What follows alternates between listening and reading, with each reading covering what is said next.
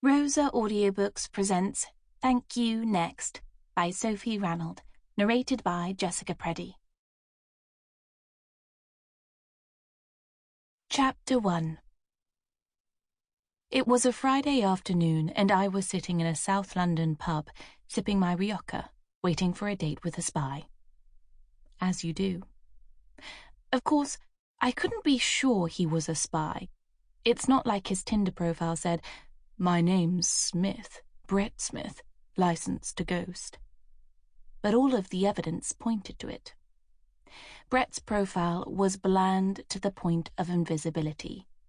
A photo of him in a nondescript suit outside a pillared, official-looking building, another of him in a white t-shirt and camo pants against a background that looked like desert, so could have been Afghanistan or somewhere. A third showing him lying in bed, leaning back on a thin pillow, a blank wall behind him that could have been anywhere. But Brett himself wasn't bland at all. He was downright hot, in fact, with a chiseled jaw, bright blue eyes, and a cleft in his chin. I could just imagine him in a dinner jacket, ordering a dry martini with a beautiful woman in a sparkly dress on his arm. If I did the mental equivalent of squinting, I could even make that woman be me.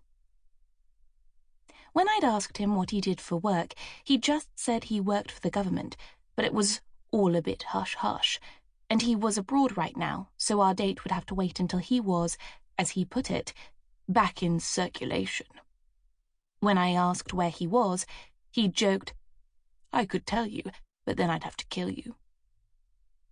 And even after that, when I'd had a text, from a different number this time, he'd explained that his phone had been stolen, but I assumed he'd been using a burner, to say he was in London now and we could make a time to meet up, it had proved surprisingly tricky to arrange.